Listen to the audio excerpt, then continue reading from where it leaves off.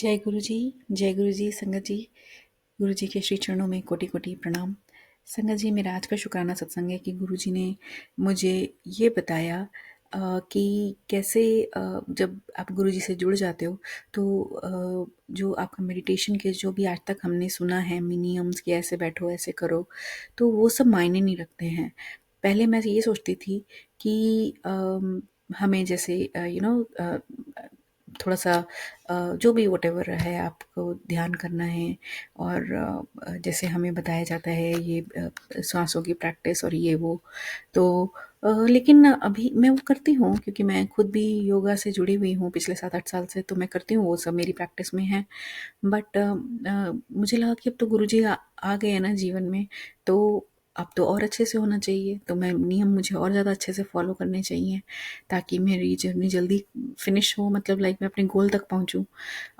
लेकिन मेरे को गुरुजी ने कल परसों ही, आई थिंक 2 दिन पहले ही एक सत्संग सुनाया, और उसमें वो आंटी जी, अनीता आंटी जी के नाम से हैं, एंड वो जो क्रिया योग हैं योगानंद परमहंसा जी की, तो वहाँ पर वो ट्रेनर रह चुकी हैं और वो गुरु जी के टाइम से ही थी, और वो ओल्ड संगत हैं, लाइक मतलब वो जब गुरुजी चोले में थे तब से हैं। एंड गुरुजी ने मतलब वो बताती थी अपने सत्संग में कि जब वो लाइक काफ़ी आगे तक वो ट्रेनर बनी, लाइक वो काफ़ी समय से फॉलो कर रही थी, and he she was like working for being a trainer, और उन्होंने काफ़ी लेवल्स भी कर लिए, बट एक जब वो कुछ ज़्यादा एक्सट्रीम में जाने लगी तो गुरुजी ने उनको रोक दिया और वो वहाँ से हटा दिया, मतलब फिर उन्होंने वो सब नहीं किया।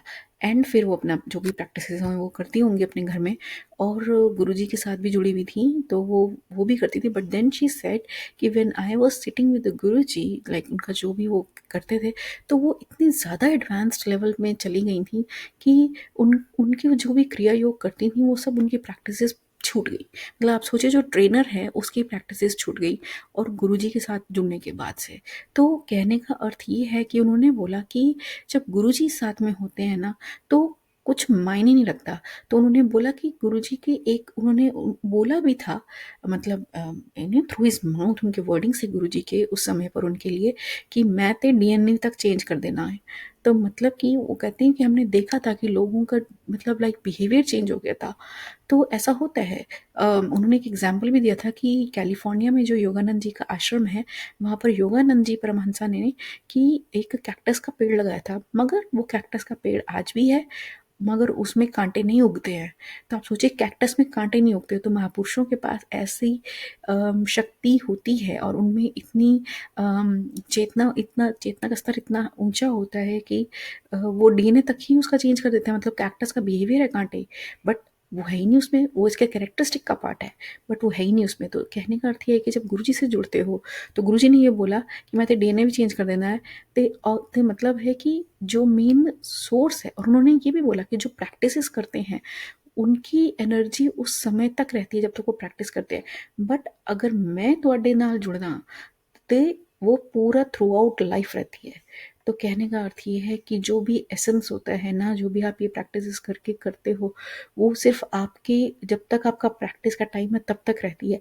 मगर अगर आप स्रोत से ਜਦੋਂ उतों जुड़ते हो, उनके वर्डिंग से उतों जुड़ते हो मतलब कि मेन स्रोत से जुड़ जाते हो, तो वो थ्रू आउट रहता है, और गुरु जी वो मेन सोर्स हैं। तो कहने का इन शॉर्ट तात्पर्य ये है कि गुरुजी से जुड़ो, मेन सोर्स से जुड़ो।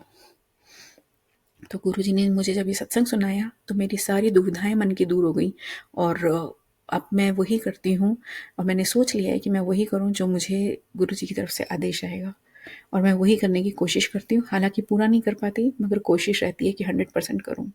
गुरुजी सामर्थ्य दें, शक्ति दें, और भूल चूक माफ़ करें, और सब पर अपनी कृपा बनाए रखें। जय गुरु जी, शुक्राना गुरु जी।